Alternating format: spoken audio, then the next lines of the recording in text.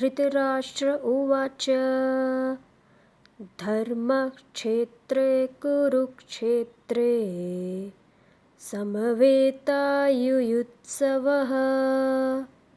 मामका पाण्डवाश्चैव Kim कुर्वत Sanjay? Dhritarashtra said, O Sanjay, after gathering on the holy field of Kurukshetra and desiring to fight, what did my sons and the sons of Pandu do? The Bhagavad Gita, or the Song of God, was revealed by Lord Sri Krishna to Arjun on the threshold of the epic war of Mahabharata, a decisive battle between two sets of cousins, the Kauravas and the Pandavas, was just about to commence on the battlefield of Kurukshetra. The Bhagavad Gita is primarily a conversation between Lord Sri Krishna and Arjuna.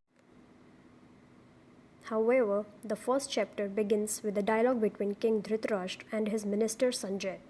Dhritarashtra, being blind, could not leave his palace in Hastinapur, but was eager to know the ongoings of the battlefield.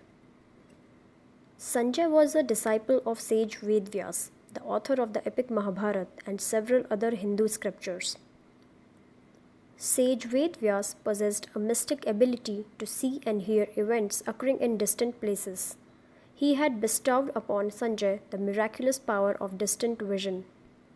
Therefore, Sanjay could see and hear what transpired on the battleground of Kurukshetra and gave a first-hand account to King Dhritarashtra while still being in his palace.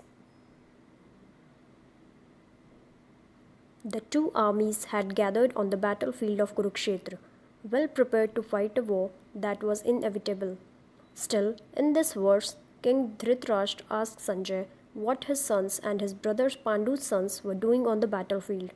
It was apparent that they would fight. Then why did he ask such a question?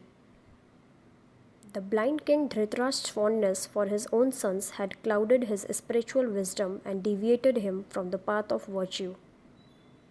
He had usurped the kingdom of Hastinapur from the rightful heirs, the Pandavas, sons of his brother Pandu. Feeling guilty of the injustice he had done towards his nephews, his conscience worried him about the outcome of this battle. Dhritarashtra feared that the Holy Land might influence the minds of his sons.